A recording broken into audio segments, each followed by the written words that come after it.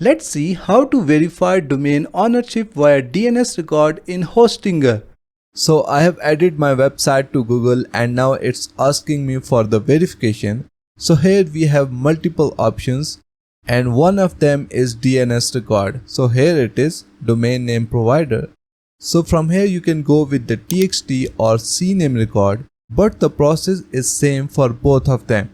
So we will select the TXT record from here, copy the value from here, go back to our Hostinger dashboard, click on manage next to your domain that you want to verify. Now click on DNS/name servers. Here you will see many DNS records. From the type select TXT.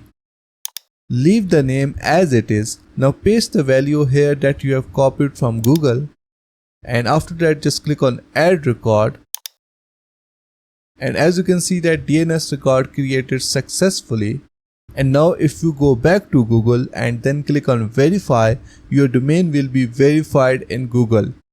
So this is how you can verify domain ownership via DNS records in Hostinger. That's it for today. Thanks for watching. Please like and subscribe.